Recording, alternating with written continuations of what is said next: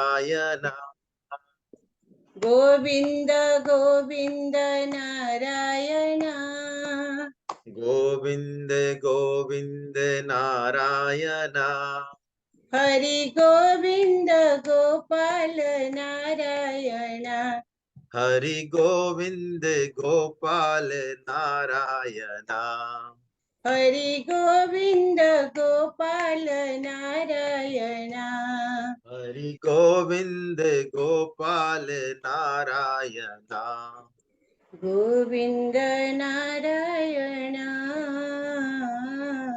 गोपाल नारायण गोविंद नारायण गोपाल नारायण। हरे कृष्ण। हरे कृष्ण हरे कृष्ण। आइए हम मंगलाचरण कर लें। भक्त भक्ति भगवंत गुरु चतुर नाम बपुए, इनके पद बंदन किए नासई विघ्न अनेक।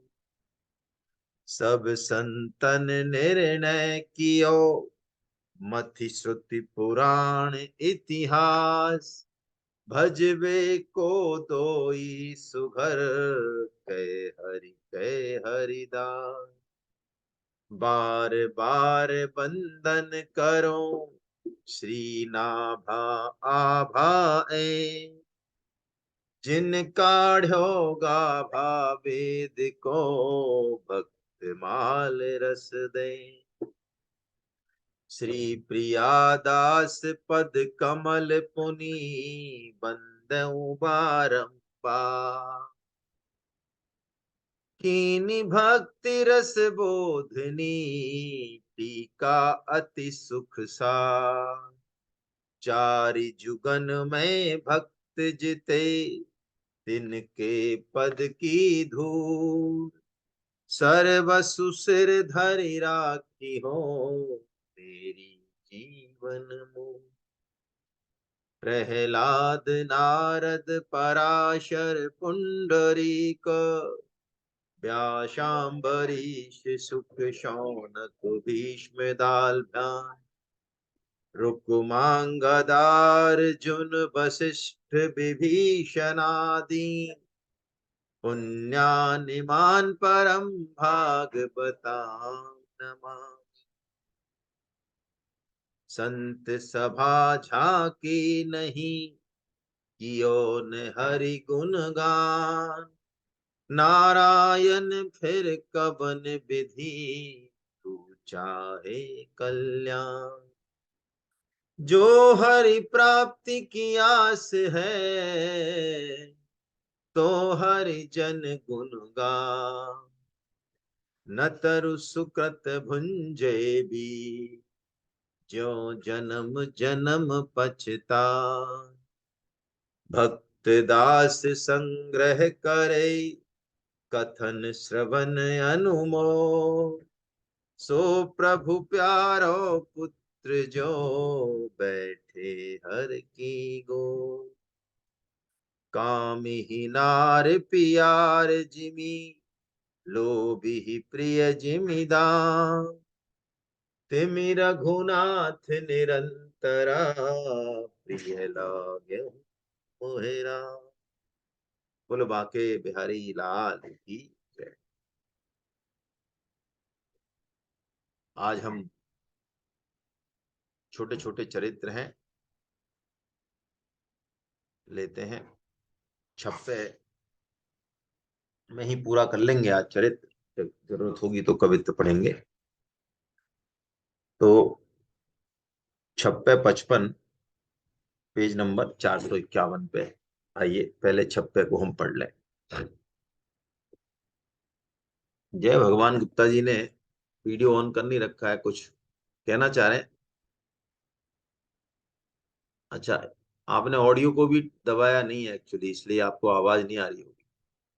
आपके मोबाइल में कंप्यूटर में बॉटम में लेफ्ट साइड के कॉर्नर पर एक माइक का चिन्ह होगा, उसको दबाइए तब जाके आपका आवाज आएगी आपको, वरना आवाज नहीं आ रही है आपके यहीं से होगा। चलिए। और युगन ते कमल नयन, कलयुग बहुत कृपा करी। और युगन ते कमल नयन, कलयुग बहुत कृपा करी। कैसी बढ़िया बात नाभाजी कह रहे हैं। कलयुग को चारों युगों में वैसे तो सबसे खराब युग बताया जाता है, और लेकिन आपने श्रीमद् भागवतम में पढ़ा होगा कि जब कलयुग यानी अधर्म का जो राजा है, जब कलयुग का राज आया, भगवान श्री कृष्ण जब चले गए स्वधाम, तो कलयुग आ गया, और वो वृषभ रूपी धर्म और गाय रूपी पृथ्वी, इनको प्रताड़ित कर रहा था। तो परीक्षित जब राउंड पे थे, भ्रमण पे थे, राज्य भ्रमण पर, तो पहुंचे और कलयुग को उन्होंने तलवार दिखा के जो है धमकाया, पूछा। तो परीक्षित जी पूछते हैं सुखदेव जी से कि आ, अच्छा अच्छा, परीक्षित जी नहीं, हाँ, तो ये शौनक जी से पूछते हैं, सूत जी से पूछते हैं, तीन चार कथा चल रही है ना, कि परीक्षित ने कलयुग को मारा क्यों नहीं, है ना, मार देना चाहिए था। तो सुखदेव जी बड़ा अच्छा आंसर देते हैं कि कलयुग में इसलिए नहीं मारा कि कलयुग में जो काम और युगों में बड़ी बड़ी तपस्या से, जब से तब से होता है, वही काम कलयुग में मात्र भगवान नाम संकीर्तन से हो जाता है। भाव कुभाव अनख आलस हूं, नाम जपत मंगल दिसि दस हूं। कलो संकीर्तय केशव, कलो कीर्तनम, है ना, कलो केशव कीर्तनात्, ऐसा कहा। तुलसीदास जी ने भी कहा कि कृतयुग त्रेता द्वापर, कृतयुग यानी सतयुग, कृतयुग त्रेता द्वापर, पूजा मख और उद्योग, ये तीन चीज चाहिए। मां पूजा चाहिए उसमें, तो फिर मख यानी यज्ञ चाहिए, और योग चाहिए। तो जो गति होए सो कली हरि नाम ते पावहि लोग, यानी इनकी इतनी। और दूसरी बात क्या है, कलयुग में, सतयुग में ऐसा कहते हैं 1 लाख वर्ष की उम्र होती है मनुष्य की, 1 लाख साल तक जीता है। और त्रेता में 10,000 वर्ष की होती है, और द्वापर में 1,000 वर्ष की होती है, और कलयुग में 100 वर्ष की होती है। और प्रैक्टिकली इस 100 वर्ष को तो कहने की है, बाकी तो 60-70 ही मानो आप, 70 का एवरेज आता है, 60-70 का बीच में एवरेज आता है। तो कहने का मतलब है कि इतने लंबे साल तक और युगों में तपस्या करनी पड़ेगी, कहीं भी विचलन हो सकता है, लेकिन यहाँ तो जब होश संभाला, 40-50 साल के भी हो गए तब भी होश संभाला, तो जितना समय बचा है उसमें ही जो है। अरे जय भगवान गुप्ता साहब, आपको आवाज नहीं सुनाई दे रही, वो मुझे पता है। मैं आपको आउट कर देता हूँ, मुझे लगता है, क्योंकि आवाज तो आपको सुनाई नहीं दे रही है। मैं हटा देता हूँ आपको, दोबारा आप जब करेंगे ना तो आपको सुनाई देगा। मैं आपको रिमूव कर रहा हूँ जिससे आप दोबारा ज्वाइन करें।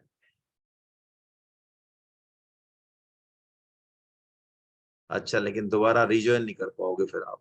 ठीक है ठीक है, चलो कोई बात नहीं, आपकी खुद की समस्या है भाई। कोई मैसेज छोड़ दे, या तो इनको कोई बताना चाहे तो जय भगवान जी को। तो इसलिए कलयुग, इसलिए नाभाजी कह रहे हैं और युगन ते कमल नयन, कलयुग बहुत कृपा करी। एक तो ये बात हो गई, दो बात, तो तीसरी बात और है, कई बातें हैं इसमें, कुछ बातों के लेते हैं कि कलयुग में वातावरण ऐसा है, खान पान ऐसा है, चित्त अंतःकरण अशुद्ध ही रहता है, मन में वासनाएं आ ही जाती हैं, कंचन कामनी, बहुत बहुत कलेश है, द्वेष हो जाता है। तो जब तक हम कलयुग में उस पाप को, उस द्वेष को प्रकट नहीं कर देते, एक्टिवेट नहीं कर देते, तब तक उसका पाप हमको लगेगा नहीं।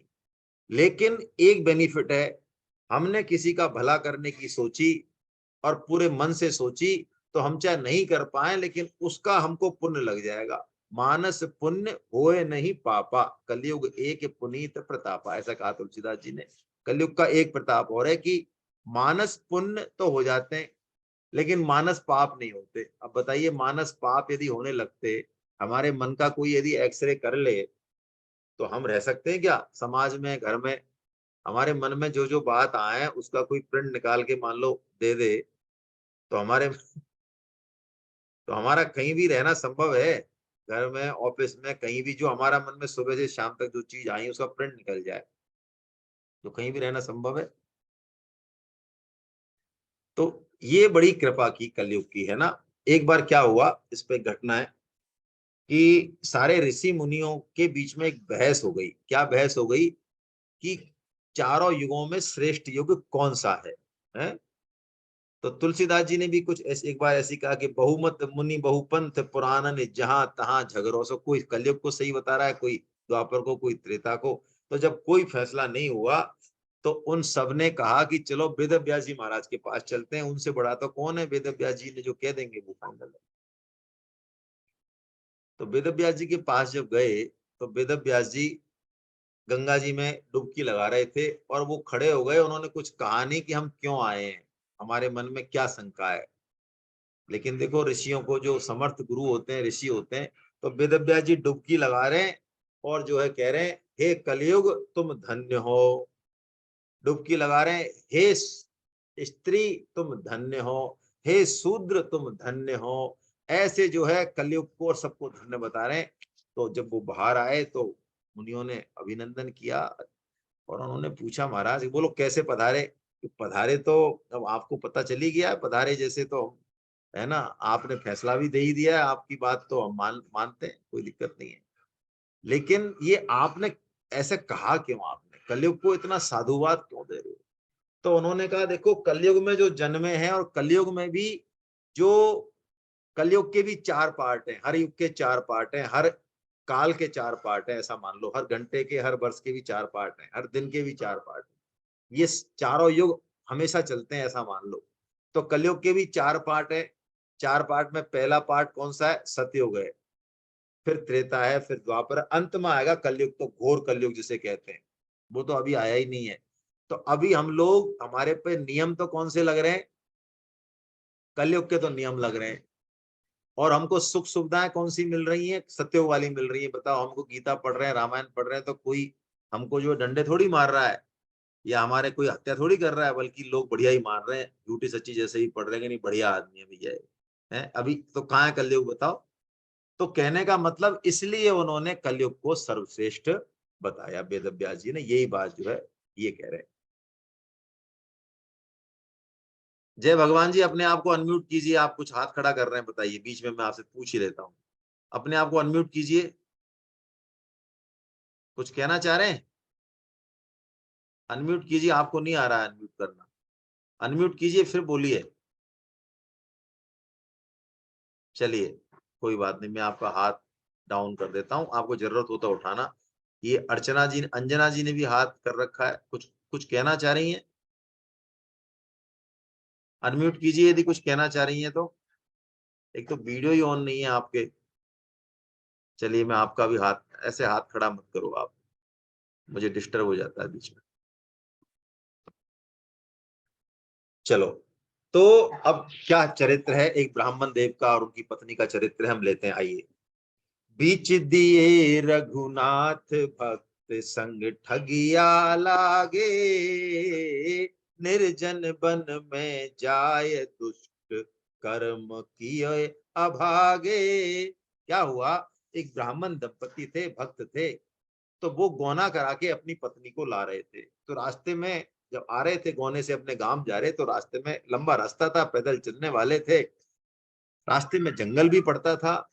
तो क्या हुआ कि बीच में उनको ठग मिल गए। ठग मिल गए कि भाई माल मत्ता होगा, सोना चांदी होगा, और उनकी उनकी धर्मपत्नी भी साथ में थी। तो ब्राह्मण ने ऐसे ही पूछ लिया, शुरू में तो ठग का पता चला नहीं कि ठग है, कि कहाँ जा रहे हो। तो ठगों ने कहा, आप जहाँ जा रहे हो हम वहीं जा रहे हैं। तो चलो भाई ठीक है, लेकिन बाद में उनको लग गया, ब्राह्मण को थोड़ा साथ चले कि ये ठग है ना। तो उन ठगों ने, ब्राह्मण उस रास्ते पे पहले गए थे 2-3 बार। तो उन ठगों ने बातचीत की, दोस्ती करने की कोशिश की, और जब जंगल आया तो उस जंगल वाले रास्ते में चलने लगे, और उन्होंने कहा, आप भी हमारे साथ ही चलो। तो ब्राह्मण ने कहा, भाई मैं आपके साथ, ये रास्ता जो है कि नहीं, ये रास्ता बहुत सही है। बहुत सही है ये रास्ता जो है, है ना।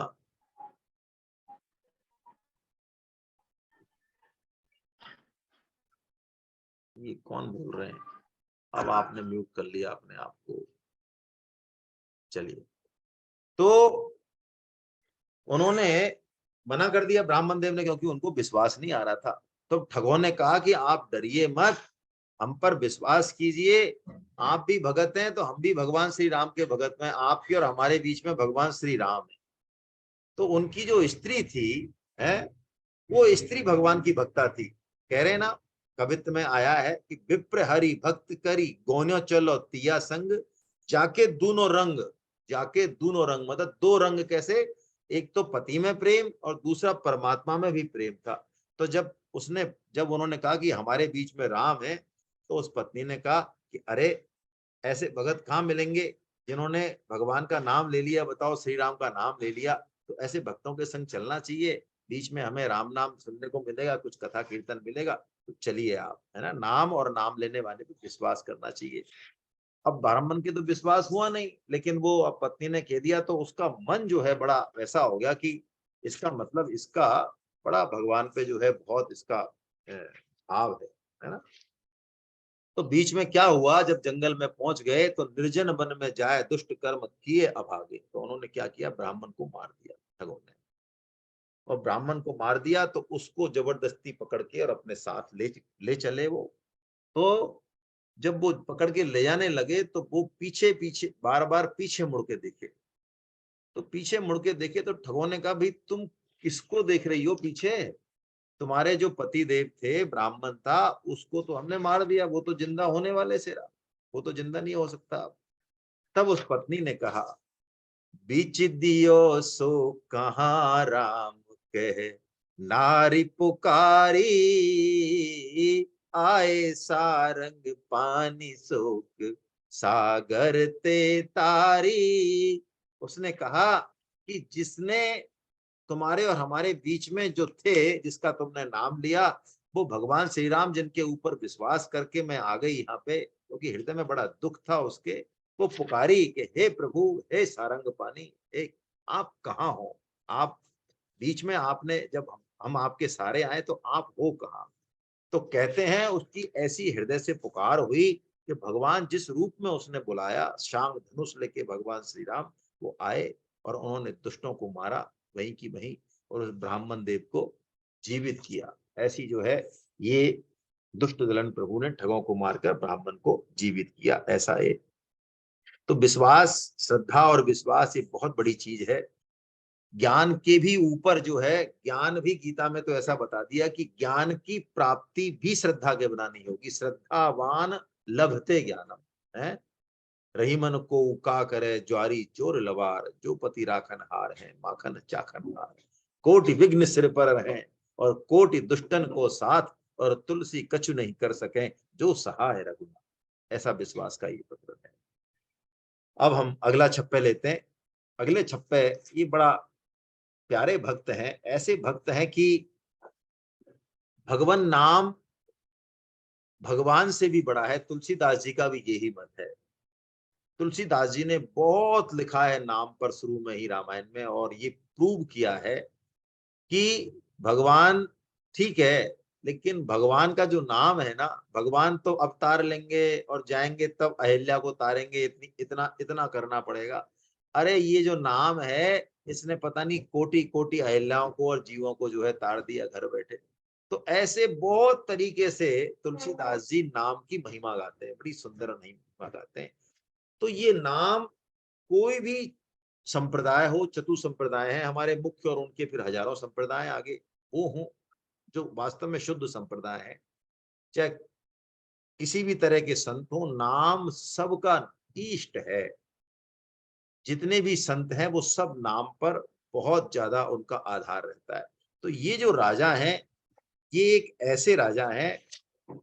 अच्छा सॉरी, ये तो मैं, चलो यही फिर मैं यही ले लेता हूँ, जब ये बात हो गई तो ये मैंने अगला ले लिया, 57वां ले लिया मैंने, 57वां है ना, चलो इसी को ले लेते हैं, कोई बात नहीं। ये नाम महाराज पहले ही आ गए, क्या करें, लेना तो दूसरा था, लेकिन ये आ गए पहले, तो इन्हीं को लेते हैं। अंतर्निष्ठ नृपाल। तो ये राजा कैसे हैं कि ये सो नहीं करते हैं। अपना जो इनका जो प्रेम है ना, वो प्रेम ऐसा है कि उसको ये बिल्कुल छुपा के रखते हैं। किसी को पता नहीं है, यहाँ तक कि इनकी पत्नी को भी पता नहीं है। क्योंकि जो भगवान के प्रेम को सारों में सार समझेगा, बिल्कुल जैसे हम अपने धन को, है ना, किसी को नहीं बताते, ऐसे ही संत भी, भक्त भी अपने जो आध्यात्मिक साधन है उसको नहीं बताते हैं आराम से। कहा भी गया है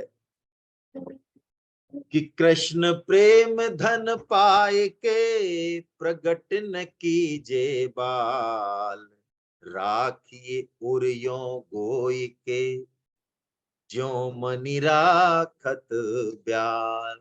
यानी यदि प्रेम प्राप्त हो गया भगवान का, उसकी कुछ अनुभूति हो गई, तो उसको जगह जगह गाते नहीं फिरना चाहिए। वो तो जब उस तरह के संग होगा, उस तरह के संत मिलेंगे तो अपने आप बढ़ेगा। ऐसे दुनिया में मान पढ़ाई के लिए नहीं गाना चाहिए। ये कह रहे हैं प्रकट न कीजिए, बाल बराबर भी प्रकट नहीं कीजिए। कैसे रखिए? राखिए उरियों गोए के, ऐसे छुपा के रखना चाहिए जैसे सर्प जो है अपनी मणि को रखता है? सुमिरन ऐसा कीजिए दूजा लखे न कोई, होठ न फरकत देखिए प्रेम राखिए गोर। ये बहुत उच्च नाम निष्ठों की बात हो रही है। हम तो जो है दूसरे जब देखें हमको, तभी हम जो है माला हाथ में लेते हैं। उस समय हम माला को जो है और अच्छे से करते हैं। हमारा तो यही है कि हमें माला करते हुए कोई तो देखे, कोई नहीं देख रहा तो फिर क्या मतलब है? बता भी देते हैं भाई ये कर रहे हैं, ऐसा कर रहे हैं। तो ये अंतर्निष्ठ नृपाल हैं। ये बहुत भगवान के प्रेम से सने हुए हैं, लेकिन बाहर इन्होंने कुछ भी जो है प्रकट नहीं कर रखा था। इनका चरित्र नाभाजी कार है 56-57 में।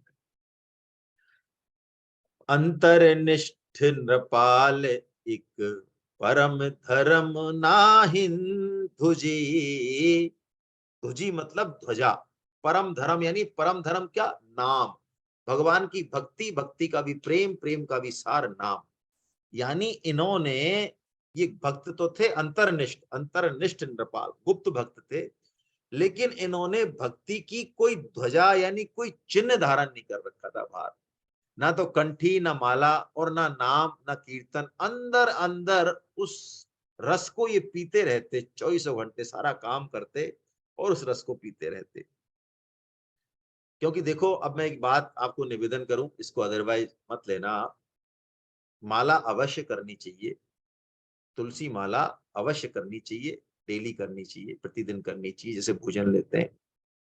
लेकिन माला में जो बहुत आगे बढ़ जाते हैं, बहुत आगे बढ़ जाते हैं, ऐसा बढ़ जाते हैं कि नाम, कैसी भी परिस्थिति हो, विकट से विकट नाम और भगवान का स्मरण छूटता नहीं है उनके जीव से। तो माला उस समय छूट जाती है। छोड़ते नहीं है, छोड़ना गलत है, छोड़ नहीं तक कोई छोड़ ही नहीं सकता। यदि कोई छोड़ रहा है तो इसका मतलब पहुंचा नहीं है। छूट जाती है क्योंकि एक लॉ लग जाती है। जबकि 4 स्टेज है, जो लास्ट स्टेज है, अजप अजप बोलते हैं कबीर जी उसको, सुरति बोलते हैं, अजप अजप बोलते हैं। यानी तब जापक नाम को नहीं जपता, तब एक ऐसी स्थिति आ जाती है कि वो नाम जापक को जपता है ना। बहुत अजब अजब, यानी वो जपना नहीं पड़ता। तो ये अंतर्निष्ठ नृपाल इसी स्थिति के को है। इसको हम इसी तरह से समझें, कहीं इसका जो है अंधाधुंध वो नहीं करें अनुकरण। हरि सुमरन हरि ध्यान आन काहू न जनावे। 24 घंटे ध्यान है लेकिन किसी को बताते नहीं है। अलग न इह विधि रहे अंगना, मरम न पावे। अंगना यानी इनकी जो पत्नी है, रानी है, वो बड़ी भक्ता है, बहुत भक्त है वो। लेकिन उन रानी को भी ये पता नहीं चल रहा है कि ये जो राजा हैं ये इतने बड़े भक्त हैं।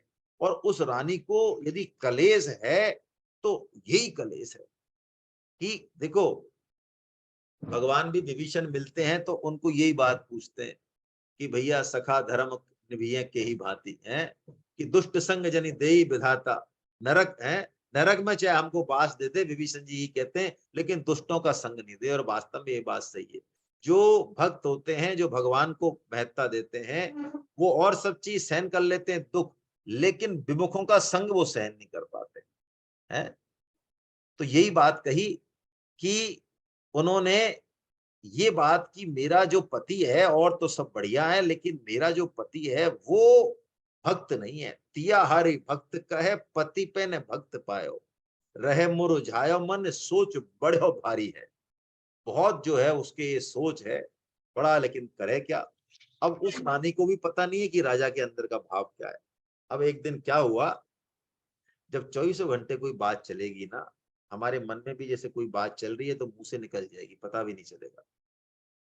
तो एक दिन क्या हुआ, निद्रावस सो भूप बदन ते नाम उचार्यो, रानी पति पर रीज बहुत बसु तापर बार्यो। एक दिन राजा गहरी नींद में था, लेकिन जैसे कि आपको ध्यान हो कि भगवान श्री कृष्ण अर्जुन के वश में है। एक बार ये बात आई कि अर्जुन के इतने वश में कैसे हैं, तो भगवान ने कोई जवाब नहीं दिया। रुक्मणी जी और सारी सत्यभामा जी, तो अर्जुन आए थे द्वारका, तो जब अर्जुन सो गए तो कहते हैं भगवान श्री कृष्ण सब रानियों को अर्जुन के कमरे में ले गए और उनका बिल्कुल धीरे धीरे चलना। तो उस जब कमरे के पास पहुंचे तो वहां से कृष्ण कृष्ण कृष्ण कृष्ण कृष्ण कृष्ण कृष्ण कृष्ण कृष्ण जैसे जैसे जाते जाए तो और ध्वनि बढ़ती जाए। तो उन्होंने कहा भाई ये अर्जुन सोए नहीं है क्या, इतनी रात को भी अभी भी कृष्ण कृष्ण कर रहे हैं क्या। तब ठाकुर जी बिल्कुल बिल्कुल चुप रहे। तब गए, देखा, पर्दा हटाया, चिक हटाई, अर्जुन गहरी नींद में, और अर्जुन के रोम रोम से अंग अंग से कृष्ण कृष्ण कृष्ण कृष्ण। तब पता चला कि अर्जुन है कौन, क्या है अर्जुन। ऐसी अवस्था। तो ये राजा जब नींद में थे तो इनके भी मुंह से जो है निद्रावस सो भूप बदन ते नाम उचार्यो, रानी पति पर रीज बहुत बसु तापर बार्यो। और रानी को तो इतना आनंद हुआ कि गहरी नींद में रानी भक्त थी, पहचान गई कि इसका मतलब ये बहुत जो है छिपे हुए भक्त है। इतनी प्रसन्न हुई कि अगले दिन उसने भंडार खोल दिए, राजा पे पार के बहुत सारा जो है उसने धन लुटाना चालू कर दिया।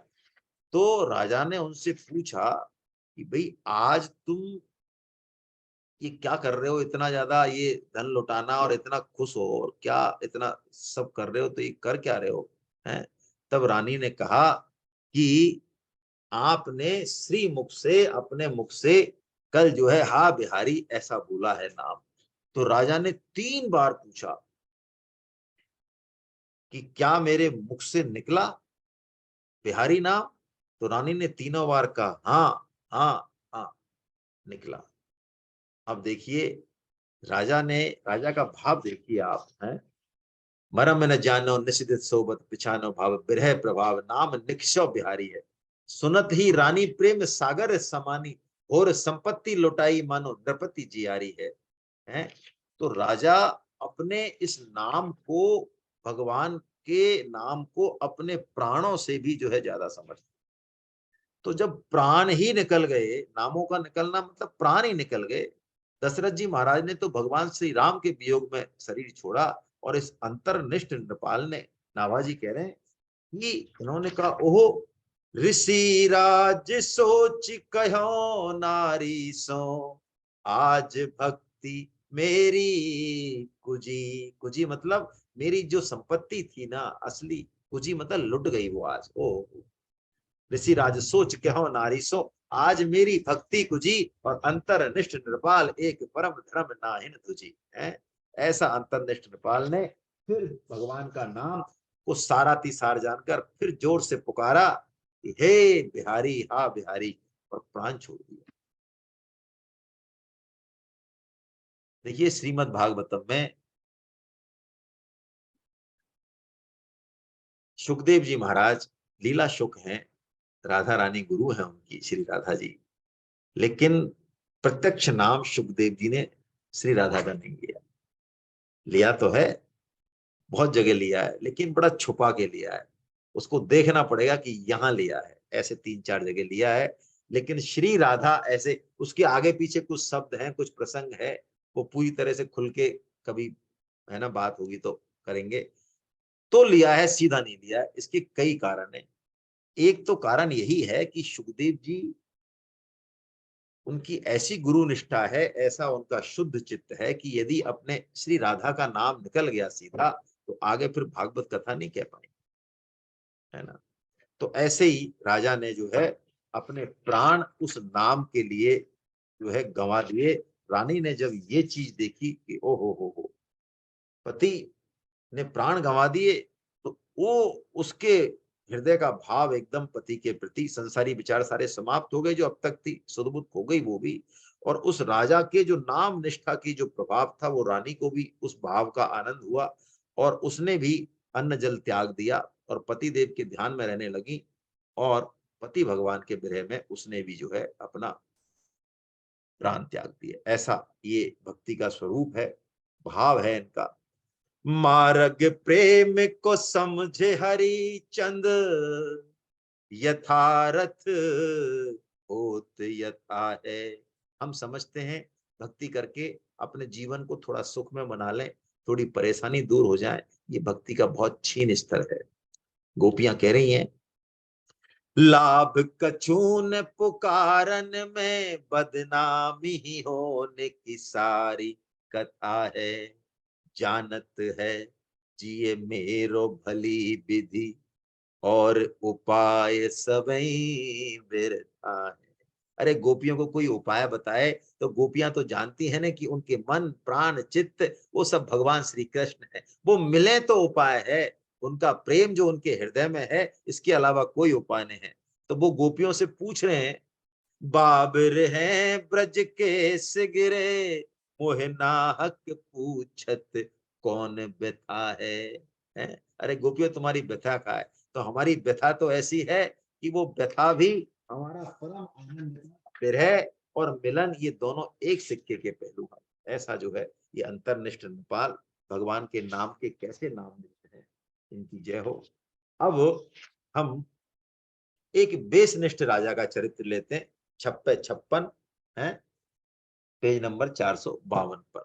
ये राजा कैसे हैं कि इनकी वेश में निष्ठा है। कोई यदि साधु का वेश धारण कर ले, फिर चाहे कुछ भी है, हम आगे भी चरित्र पढ़ेंगे। नामदेव जी के शायद जामाता है, दामाद है शायद, नामदेव जी के होने चाहिए, लालाचार्य जी महाराज। वो भी वेश निष्ठा का चरित्र, उनका बड़ा अच्छा चरित्र है ना।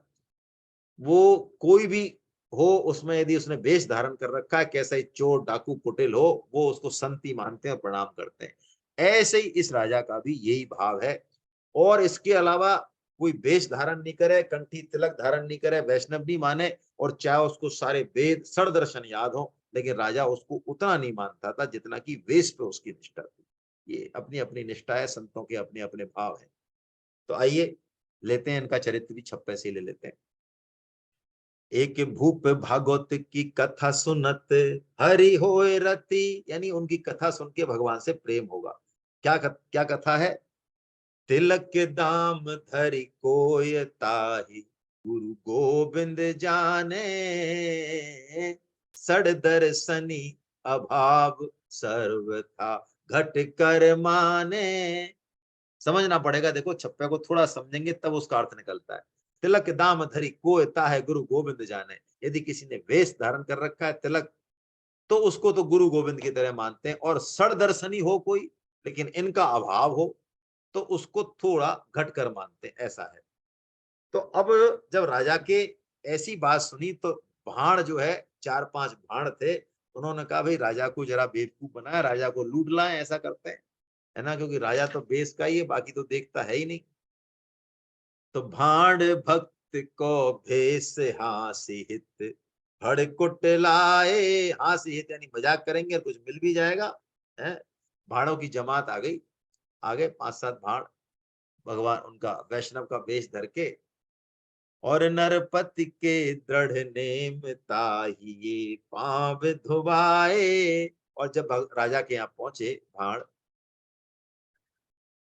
तो राजा का तो वेश में निष्ठा थी, तो राजा ने तो वैसे भी संत ही माना, उनको पता ही नहीं था। तो उन्होंने तो बाकायदा सबसे पहले उनके चरण धोए, उनका बड़ा आदर सत्कार किया है।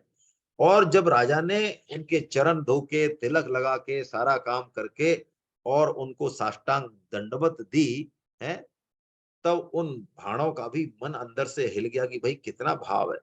गए तो धन के लिए थे, धन के लिए इसलिए गए कि राजा जो है विमुखों को धन नहीं देता था। बेश पहन के जाए तो धन दे दे, वैसे धन नहीं दे, तो उसको लूटने के हिसाब से गए कि ठगलाते राजा को है। तो नरपति के दृढ़ नेम ताई ये पाम धुआए, भांड भेष गाढ़ो गयो, दरस परस उपजी भगति।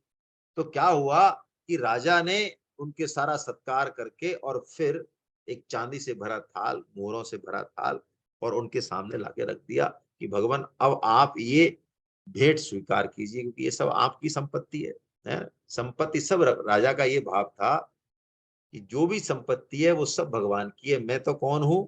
मैं मुनीम हूं। मेरे मुनाफा आए तो, जो भी नुकसान होए तो, है ना, मेरा तो बस संतों की सेवा, ये वेतन अपना है, बाकी सब भगवान की संपत्ति है। तो भाड़ों ने क्या किया, जब उन्होंने ये भाव देखा तो भगवान की, उसकी राजा की स्तुति करने लग गए। भाड़ तो थे ही, यही तो स्तुति तो करते थे। तो जब राजा की स्तुति करने लगे और नाचने लगे भाड़ों की तरह, तो राजा को पता चल गया कि अरे ये संत नहीं है, ये भाड़ है। लेकिन फिर भी राजा ने, चूंकि वेश में निष्ठा थी, इसलिए उनका साधुओं की तरह ही सम्मान किया और उनको जो है फिर वो सारा भेंट किया। लेकिन उनके राजा का भाव देख के उनके मन में भक्ति प्रकट हो गई, ज्ञान वैराग्य का उदय हो गया। शुद्ध भक्त के संग का यही प्रभाव है। और उन भाड़ों को फिर मोहरों में दुर्गंध आने लगी। तो उन्होंने राजा से कहा कि महाराज इसको हटाओ आप यहाँ से, है ना, इनमें बड़ी दुर्गंध आ रही है ना। देखो, जिसको आदत पड़ जाती है ना, जिसको पैसे में महत्व बुद्धि है, तो उसको पैसे में से खुशबू आती है? आपने सुना होगा ना कि एक, इसमें भी लिखा है कहीं और, कि एक दो सहेलियां थी, तो एक तो मछली बेचती थी, मछली है, और एक फूल वाली थी। सुनी होगी आपने कहानी। तो वो शहर में जाती मछली बेचने वाली, तो एक दिन वो लेट हो गई। तो उसने कहा कि अब रात में गांव क्या चलेंगे, तो हमारी जो सहेली है उसके यहाँ चलते हैं। तो बढ़िया, वो फूल बेचती थी, तो उसके तो फूल बेचती थी, तो घर में फूल लगे हुए, एकदम बढ़िया खुशबू आ रही है। तो वहां उसका स्वागत किया, खाना वाना खिलाया, सुला दिया। तो काफी देर बाद खटपट होती रही, तो उसने कहा मुझे नींद नहीं आ रही है। उन्होंने कहा अरे नींद क्यों नहीं आ रही? कि मेरे को बदबू आ रही है, बदबू। तो क्या करें भाई, बदबू, ये तो फूलों में से बदबू आ रही, क्या कि मेरी जो डलिया है ना, वो मछली जिसमें सड़ती है, वो डलिया जरा अंदर ले आओ, डलिए को मैं लगा लूं अपने सराहने पे, तब मेरे को नींद आएगी। क्योंकि उसको तो वो मछलियों की जो दुर्गंध भाई, हम किसी ऐसे मोहल्ले में जाए जहाँ पे सुअर घूम रहे हैं, कीचड़ हो रहा है? तो बताओ, वहां के लोग रहते नहीं है क्या? वो रहते ही है ना, 24 घंटे सब काम करते हैं। और हमें वहां पे रहना बहुत मुश्किल हो जाएगा, जबकि वो तो सारा काम कर रहे हैं। तो ऐसे ही जो है, उनको भी भक्तों के प्रभाव से बदबू आने लगी। तब उन्होंने, राजा ने उनको भी जो है भक्ति का बाना पहनाया और उनको भक्त बनाया। ऐसा ये चरित्र है। अब अंतिम हम ले रहे हैं चरित्र, ये भी बड़ा अच्छा चरित्र और ये भी बड़ा दृढ़ विश्वास का चरित्र है। कल से बड़े मधुर चरित्र, अब अंतिम चरित्र है छोटा सा। कल क्या है, कल से भक्तमाल का जो असली रस है, हम उस तरफ प्रस्थान कर रहे हैं। हम छोड़ तो कुछ रही नहीं, हम ऐसा नहीं देख रहे कि ये छोटा है बड़ा, हम सब भक्तों का चरित्र ले रहे हैं। कल से रैदास जी का चरित्र आएगा। कल कल से जो चरित्र चालू होंगे वो जो है एक क्लास में नहीं होंगे। फिर कबीर जी का आएगा, बड़े प्यारे बड़े बड़े चरित्र आएंगे सब आगे है। पीपा जी का आएगा, बहुत अच्छे अच्छे चरित्र आएंगे, वो हम लेंगे कल से। आज ये लास्ट छोटा सा और चरित्र है। तो 58 नंबर का छप्पे है ये, पढ़िए। कैसा छप्पे है, कि कैसा विश्वास है एक शिष्य को अपने गुरु पर, कि आप पूछिए मत, भगवान का कानून बदल जाता है उस दृढ़ निष्ठा के आगे। जैसे सावित्री और उनका कौन सा चरित्र है वो, नल दमयंती का है कि सावित्री सत्यवान का है? ऐसा चरित्र है। क्या चरित्र है, आइए पहले छप्पे पढ़ लेते हैं। गुरु गदित बचन शिष्य सित्य, अति दृढ़ प्रतीति गाढ़ो गयो।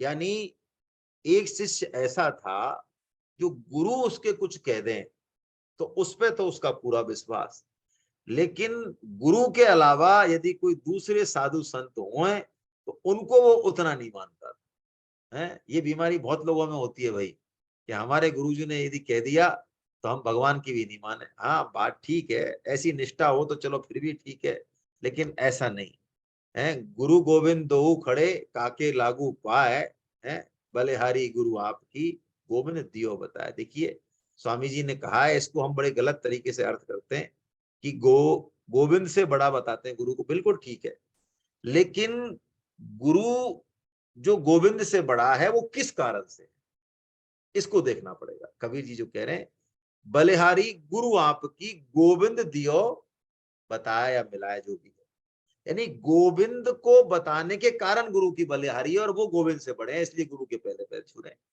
तो अल्टीमेटली इसमें महिमा किसकी हुई? गोविंद की हुई। गोविंद यदि नहीं बताए, गुरु वही जो विपिन शराब है, गुरु वही जो है राम मिलाव है। यदि वो गुरु, स्वामी जी तो बहुत स्पष्ट कहते हैं कि यदि भगवान के अलावा कोई और रंग है गुरु का, है ना, गुरु गुरु दास होना चाहिए, भगवान का दास होना चाहिए, तो फिर वो गुरु नहीं है, कुछ और है। तो ऐसे ही इनके जो शिष्य थे वो गुरुदेव में बड़ी भारी रखते थे। बड़ो गुरु नष्ट कछु घटी साधु इष्ट, दूसरे साधुओं को तो कम मानते थोड़े। जाने स्वामी संत पूज्य माने कैसे समझाइए। तो गुरुदेव वो सदगुरु थे और शिष्य की निष्ठा इतनी अटूट थी कि गुरुदेव इस बात से थोड़े उनको लगता था कि इसमें ये बात यदि सही हो जाए तो ये बेड़ा पार है इस शिष्य का। लेकिन उसकी निष्ठा इतनी अटल थी गुरुदेव में कि वो इस बात को उससे कहना तो चाहते थे कि भाई तुम, और जो ये भी सब भगवान के रूप है, तो लेकिन कह नहीं पाते, रोज इस बात को सोचते कि आज कहूंगा, लेकिन उसकी सेवा ऐसी रहती थी कि जो है वो नहीं कह पाते। तो एक दिन उस शिष्य ने क्या किया है, अनुचर आज्ञा मांगी, कहो कारज को जइयो, आचार्य एक बात तो ही आए ते कहियो। उस शिष्य ने कहा कि महाराज मेरे को थोड़ा काम है, आप आज्ञा दें तो मैं भैयाऊं आन गांव जाऊं, 10-5 दिन लगेंगे मेरे को, आप आज्ञा दें तो मैं जाऊं, नहीं तो मैं नहीं जाऊं। तो गुरु ने कहा कि बेटा तुम चले जाओ, मतलब रामत करने, पहले रामत करने जाते थे, रामत का मतलब भिक्षा के लिए, भिक्षा मांगते थे गांव गांव जाके।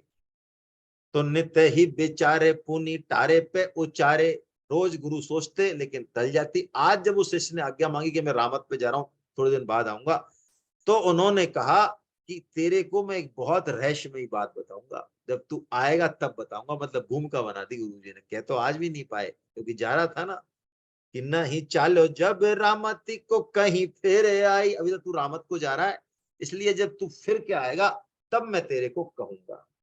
अब हुआ क्या कि गुरुदेव ने पीछे से जो है शरीर छोड़ दिया, और जब शरीर छोड़ दिया तो उनके जो साथी भाई थे, संत थे, वो सब आए और उनका क्रियाक्रम करने लगे, और आखिर में उनकी जो है अर्थी को लेके और शमशान में पहुंच गए। जब वो शमशान में पहुंचे तब वो शिष्य आया आश्रम पर, और जब आया और जैसे ही उसने सुना कि गुरुदेव चले गए तो दौड़ के वहां गया, और वो लोग उनको जो है आग लगाने की, अंतिम क्रिया करने की बात चल रही थी, तो एकदम से उसने गुरु के ऊपर, और उनको सब संतों ने कहा तू पावला हो रहा है क्या, तेरे को पता नहीं है ये तो सबके साथ होता है भैया, तेरे को इतना भी, तेरे को, तू तो है ना गुरुजी के साथ रहा है, इतना भी तेरे को पता नहीं है। लेकिन उसने, वो बिल्कुल पागल हो गया, उसने कहा नहीं मैं जलाने नहीं दूंगा, जलाने नहीं दूंगा मैं। आखिर में संत नहीं माने तो उन्होंने कहा मेरी शपथ है तुम सबको, यदि तुम जला दोगे तो मेरा मरा मुंह देखोगे। संत ने कहा, संतों ने कहा भैया क्या करें इसको, तो उन्होंने कहा नहीं वापस लेके चलो, आश्रम पे लेके चलो वापस, जला नहीं सकते तुम मेरे गुरुदेव। ओहो, गुरु की गिरा विश्वास फेरी सब घर में लायो, और शिषपन साचो करन को विभु सब सुनत सोई कहायो। शपथ दिवाई न जराए वे को दियो तन, लावयो फिराई बह बात जूझनाइए, साचो भाव जानी प्राण आए सो बकान कियो है। तब आके उन्होंने भगवान गुरुदेव की उनसे परिक्रमा की और बड़े प्रेम से उनको कहा, पुकार लगाई उसने चरणों को पकड़ के कि गुरुदेव, आपने मेरे से कहा था कि जब मैं आऊंगा तो आप मेरे को एक परम रहस्य की बात बताएंगे, तो आप मेरे को छोड़ के आप जा नहीं सकते। ओ, उसने इतना हृदय से पुकार करी, हे गुरुदेव, मैं आपके बिना मेरे प्राण भी नहीं रहेंगे, आप चले कैसे गए, आपकी बात पर मेरे को अटल विश्वास है। तो उसकी जो आवाज थी वो सप्तावरण को भेदते हुए, पृथ्वी, पृथ्वी के बाद अंतरिक्ष, अंतरिक्ष के बाद सप्तावरण को भेदते हुए और भगवान के धाम पहुंची वैकुंठ धाम। वो भगवान ने भी सुनी और उनके गुरुदेव ने भी सुनी। गुरुदेव ने कहा, महाराज ये हमारे शिष्य की आवाज है, हैं? क्या करें बताओ, हैं?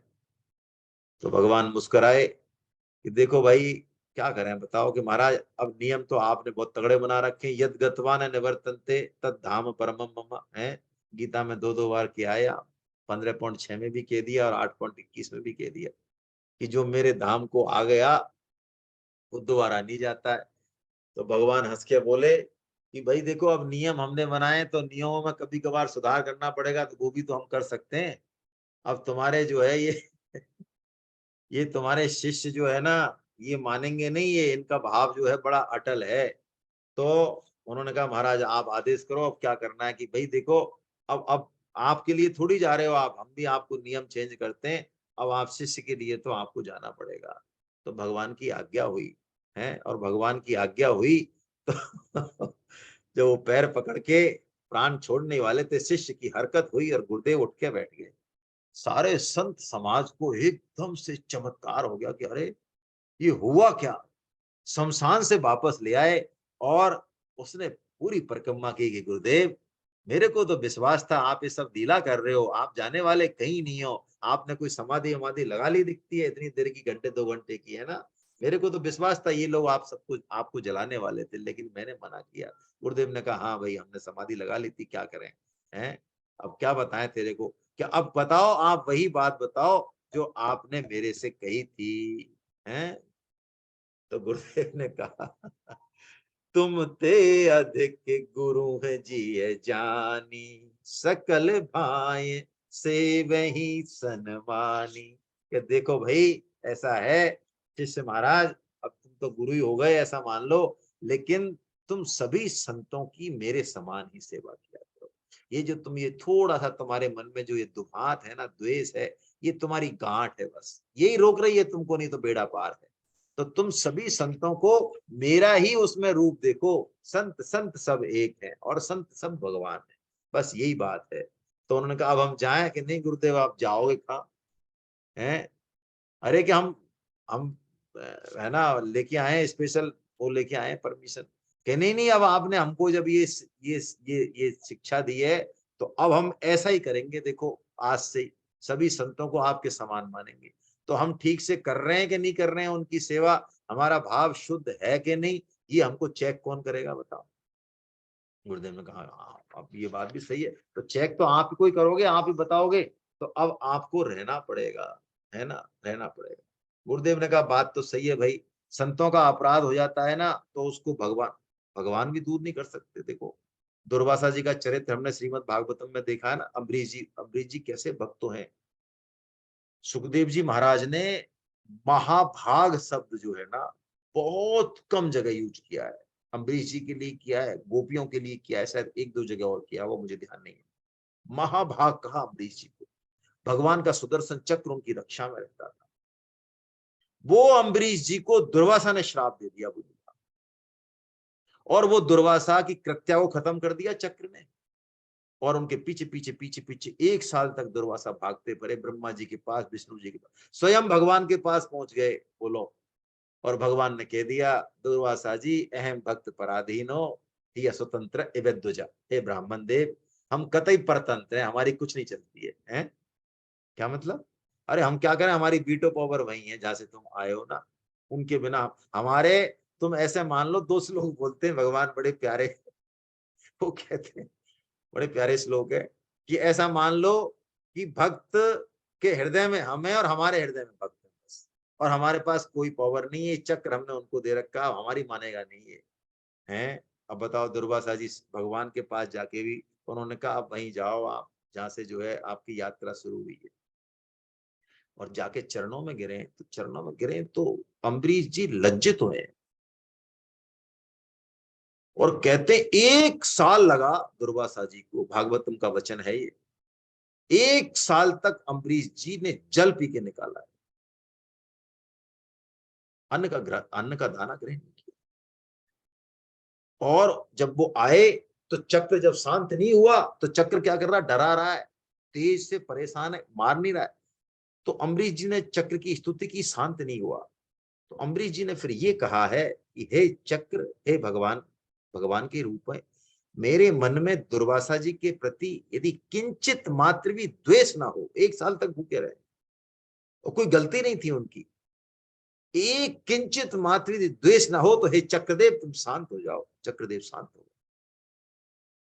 तब दुर्वासा जी ने कहा कि मैंने आज भक्तों की महिमा देखी है, और उनको पहले पवाया, बैठा के उनको पवाया अम्बरीश जी ने, फिर उनका उच्छिष्ट ग्रहण किया। ऐसे अम्बरीश जी भक्त। तो भक्तों का जो अपराध होता है, गुरु जी ये जानते थे कि भक्तों का जो अपराध होता है उसको ना तो गुरु दूर कर सकता है, मेरी भी हिम्मत नहीं है, और भगवान भी दूर नहीं कर सकते। इसलिए उनके मन में उस शिष्य की निष्ठा इतनी थी ना, तो उसको अधर्म तो छोड़ नहीं सकते।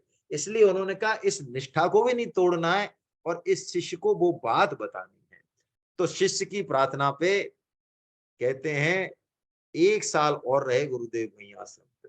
जब पूरा सर्टिफिकेट देके गए शिष्य को कि हाँ भाई अब मामला सही है, तब गुरुदेव जो है पधारे ऊपर हैं। बोलो, ऐसे शिष्य की और ऐसे गुरुदेव की दोनों की ही जय हो। हैं, अब हम कल से हृदयदास जी का चरित्र लेंगे।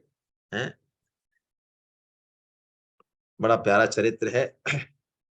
आपने सबने सुन रखी होगी ये कहानी तो, गुरु निष्ठा की। खैर मैं सुना देता हूँ, चलिए, मैंने इसलिए नहीं सुनाई, ज्यादातर लोगों ने सुन रखी होगी। देखिए, कथा में बैठते हैं, श्रवण करते हैं तो कुछ ना कुछ तो भाव बदलते हैं। तो ऐसे क्या हुआ, एक सेठ जी थे, उम्र हो गई, व्यापार संभला दिया, बच्चों को, कथा में जाते तो भगवान के एक बार एक संत ने, कथाकार ने ऐसा वर्णन किया भगवान का, त्रिभुवन मोहन का, कि उनके मन में बैठ गया। और फिर उन्होंने कहा कि वृंदावन में आज भी भगवान के दर्शन होते हैं, नित्य लीला चलती है, ऐसे उन्होंने वर्णन किया। तो उन्होंने, सेठ ने क्या किया, उन्होंने सोचा भैया ये ठीक है, वृंदावन चला जाए। तो माल मत्ता लेके वृंदावन चले गए वहां पे, और सबसे जाके पूछ रहे हैं। अब पहले तो व्यापारी व्यापार किया जीवन भर, कुछ ज्यादा नॉलेज तो थी नहीं, तो जाके जाके वहां पूछ रहे हैं घाटों पे सब जगह कि भैया ठाकुर जी कहाँ मिलेंगे दर्शन करने, हमको भगवान के कहाँ मिलेंगे। तो एक ठग के पल्ले पड़ गए वो। ठग ने सोचा ये मुर्गी बढ़िया है ना, खूब तो माल मत्ता है इसके पास और इसको कुछ होश नहीं। उन्होंने कहा ऐसे मिलते हैं क्या ठाकुर जी, हमको पता है टेक्निक। अच्छा, तो चलो यमुना जी में स्नान करो, भभूति लगाओ, ऐसे करो, बैठो बैठो, यमुना बैठा दिया उसको, और आंख बंद करो और हम मंत्र दे रहे हैं इस मंत्र को। और जब तक जो है हम नहीं कहे, जब तक आंख मत खोलना, तो अब वो उनको बैठा के और सारा माल मत्ता लेके, और वो ठग देवता तो जो है फ्री हो गए, चल दिए। अब वो भगत ऐसा तगड़ा था, सुबह से शाम हो गई, रात हो गई है, अन्न का दाना नहीं, लेकिन आंख नहीं खोले, और भगवान का जो नाम बताया उसी नाम को जप करे। आखिर में नारद जी महाराज ने देखा कि ये तो भैया भक्त बड़ा तगड़ा है, तो भगवान को कहा महाराज चलो आप, ऐसे नहीं पड़ेगी पार। करे कि इसने कुछ किया धरा तो नहीं, तो वैसी अंधविश्वास के, अंधविश्वास में भी तो विश्वास है। देखो तो सही कैसी गुरु निष्ठा है, ये निष्ठा ही तो लानी है, सब कर्म ज्ञान और भक्ति से, तो निष्ठा तो देखो इसमें कैसी है, चलना पड़ेगा आपको। अब नारद जी के कहने में भगवान तो फिर क्या कर सकते हैं, आ गए दर्शन देने। तो नारद जी ने कहा जिनके दर्शन करने तुम आए हो ना, वे खड़े हैं भगवान सामने। तो भक्त ने कहा भैया देखो हमारे गुरु जी जो है मना कर गए, तो हम तो भगवान के दर्शन भी गुरु जी के पीछे भी करेंगे। फिर भगवान ने कहा लो, तुम दर्शन करने के लिए आए, दर्शन के लिए राजी नहीं है भाई मेरा, तो क्या करें, अरे गुरु जी को ढूंढो इसके को। अब गुरु जी तो कोई लेना देना नहीं, वो तो माल मत्ता लेके फ्री है। तो नारद जी गए वहां वृंदावन में, और वो ऐसे ही किसी को ठगते हुए मिल गए। पता तो चल गया कि वो किसी दूसरे को ठग रहे थे वहां, उनके पास काम क्या था। तो उन्होंने कहा महाराज जो कल आप बैठा के आए हो ना, एक को माल मत्ता लेके चलो जरा वहां। है, अरे कि नहीं नहीं हमारा, अरे कुछ नहीं, चलो तो सही, आप देखो तो सही क्या, आप चलो, कोई दिक्कत नहीं है आपके। कोई पिटाई विटाई नहीं होगी आपकी। और जब उस ठग ने कहा है उस भक्त को कि आंख खोलो और दर्शन करो भगवान के, तो वो पहचाने कि हमारे गुरु जी की आवाज है भैया ये। हाँ बिल्कुल, कल जो हमको मंत्र बताए गए वही गुरु जी की आवाज है। जाके खोला। तो ये निष्ठा शुद्ध हृदय में आती है। हम पढ़ लिख लेते हैं तो ये निष्ठा, ये बुद्धि जो है निष्ठा को गायब कर देती है, ऐसा हो जाता है प्राय। तो चलिए, आप सबको बहुत बहुत प्रणाम। कोई कुछ कहना चाहे तो 4-5 मिनट हैं आज। नहीं, कल से मतलब मंगलवार से भक्त रैदास जी का चरित्र लेंगे, बड़ा प्यारा चरित्र है ना। कोशिश करेंगे 2 या 3 क्लास में पूर्ण हो। सतीश जी, हरे कृष्णा। हरे कृष्णा सर। हरे कृष्णा, हरे कृष्णा, हरे कृष्णा। जी सर। कुछ कहना चाहेंगे? कोई गीता प्रचार की बात? सर गीता प्रचार की तो बस यही है कि हाँ, जयपुर अपन। में सेमिनार है एक तो शायद 2-3-4 हाँ जून सर, को। जयपुर में सेमिनार है सर, जून हाँ, में दो जून तीन में। चार की। और बाकी लखनऊ में और वृंदावन में है सर। हाँ, लखनऊ में है अभी कुछ कुछ जी सीटें ही सर, बची होंगी शायद लखनऊ में तो। मई में। अच्छा, माला के बारे में कुछ कह रहे थे, ये पूछ रहे हैं कोई चंद्र जी, ठीक है। माला का मतलब है, आपको शायद आपने सुना नहीं होगा, माला जो होती है ना, गुप्ती और माला, है ना। मैं चलो ला के दिखा देता हूँ आपको, एक सेकेंड।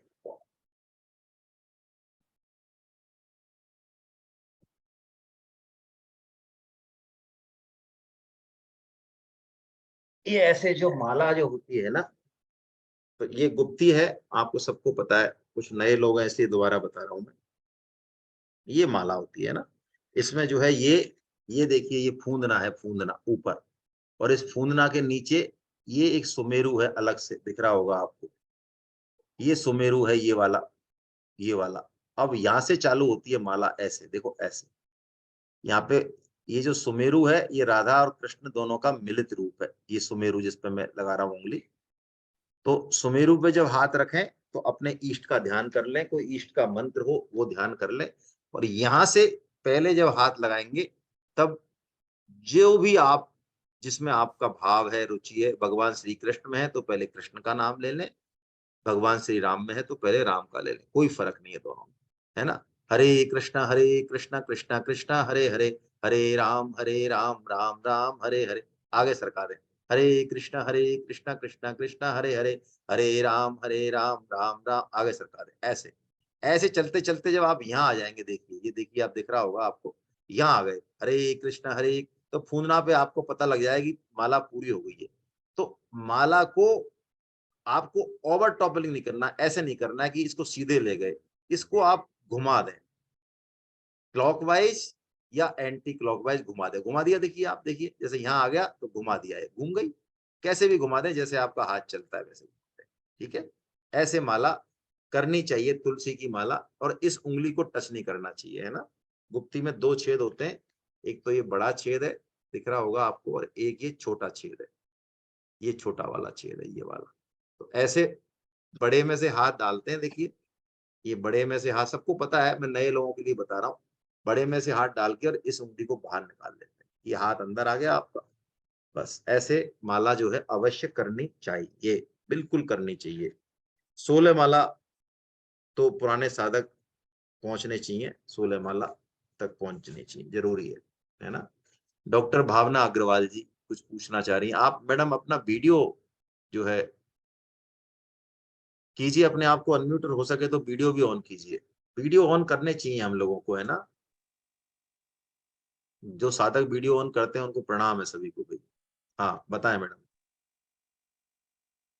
आपकी आवाज बढ़ाइए, वॉल्यूम, आप अनम्यूट तो हो गई है, वॉल्यूम बढ़ाइए, या तो मुझे नहीं सुनाई पड़ रहा कुछ भी। हाँ अब सुनाई पड़ हरे रहा है। कृष्णा गुरु जी। हाँ बोलिए।